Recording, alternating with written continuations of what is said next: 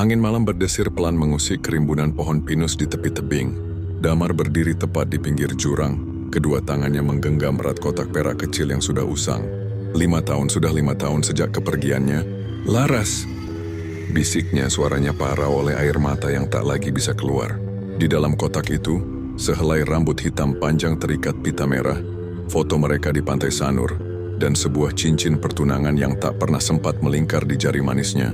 You know I'd give you everything. Tiba-tiba, angin berhembus kencang, membawa aroma melati, aroma yang terlalu familiar. Damar menutup mata dan untuk sesaat ia mendengar tawa Laras bergema di telinganya. Mereka bertemu pertama kali di pameran seni kampus. Damar, mahasiswa teknik yang kaku, tersesat di antara lukisan abstrak. Laras, si pemilik senyum genit, menyelamatkannya dengan menuntunnya ke karya paling brutal di sana. Instalasi tengkorak berlumur cat merah bertajuk Love is a Burning Coffin. Kau pikir ini seni? Tanya Damar skeptis. Laras tertawa. Ini lebih jujur daripada puisi cinta picisan. Malam itu mereka ngobrol sampai pagi di warung kopi pinggir jalan. Laras bercerita tentang mimpinya keliling dunia, tentang lukisan-lukisan gelapnya yang selalu ditolak dosen. Damar bercerita tentang ayahnya yang perfeksionis, tentang bagaimana ia memilih teknik hanya untuk membuktikan sesuatu. Kita sama, bisik Laras sambil menyalakan rokok. 2 orang rusak yang pura-pura utuh. 3 bulan kemudian mereka mencuri-curi waktu ke Banyuwangi. Di tengah kabut biru kawah ijen, Laras melompat-lompat di tepi jurang sambil tertawa. Kau gila, itu berbahaya, teriak Damar. Semua yang indah itu berbahaya, sayang. Balasnya sambil menarik Damar ke bibirnya. Malam itu, di bawah langit berbintang, Laras menggoreskan lukisan cepat di buku sketsanya. 2 sosok bergandengan tangan di tepi api biru. For you, my little architect of darkness. Tahun kedua, segalanya mulai retak. Laras sering menghilang berhari-hari tanpa kabar. Damar menemukan tiket pesan ke Berlin tersembunyi di laci. Kau mau pergi? Aku hanya butuh ruang, jawab Laras sambil menatap keluar jendela. Damar memecahkan vas hadiah ulang tahun mereka. Laras malah tertawa. Lihat, kita selalu merusak hal-hal yang kita cintai. Saat Damar terbaring sakit tipus, Laras pergi ke Eropa. Hanya 3 minggu janjinya. Tapi 3 minggu jadi 2 bulan. Di antara tumpukan tagihan, Damar menemukan kartu pos bergambar Charles Bridge.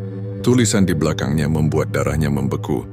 Meet me where the Vltava kisses the stars. Siapa ini? Dengan gemetar, Damar membuka laptop Laras. Folder bernama Prague Diaries berisi ratusan foto. Di salah satu foto, Laras dipeluk erat pria tinggi berambut pirang. Tanggalnya 3 hari setelah ulang tahun Damar. File terakhir adalah video pendek. Laras tertawa gembira sambil bersulang anggur. Pria itu membisikkan sesuatu dalam bahasa Jerman. Laras menjawab, Ich liebe dich. Layar laptop remuk oleh tinju Damar. Ketika Laras kembali, Damar sudah menunggu di terminal kedatangan dengan muka hancur. Kau berselingkuh, bukan pertanyaan. Laras tak menyangkal. Aku tak pernah janji setia. Tapi kita apa Damar? Kau mengurungku seperti burung dalam sangkar emas. Percakapan itu berakhir dengan Laras menyerahkan kunci apartemen mereka. Aku akan tinggal di studio lamaiku. Damar mulai mengikuti setiap langkah Laras. Setiap kencannya dengan si pria Jerman itu, ternyata bernama Armin.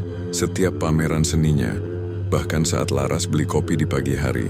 Suatu malam, dari balik tirai kamar hotel, Damar memotret mereka bercinta. Air matanya jatuh di lensa kamera. Kamar tidur Damar berubah menjadi kuil pemujaan.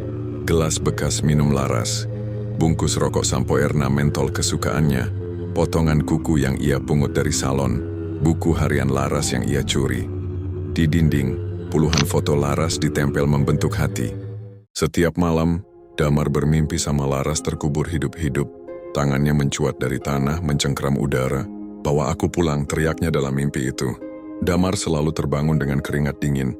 Dan satu keyakinan, ia harus menyelamatkan Laras dari diri Laras sendiri. Di hari jadi mereka yang kelima, Damar mengirim paket ke studio Laras, bunga kering dari kawah ijen, CD mix lagu-lagu mereka, surat, aku sudah berubah. Mari makan malam terakhir kalinya. Laras datang dengan gaun hitam favoritnya.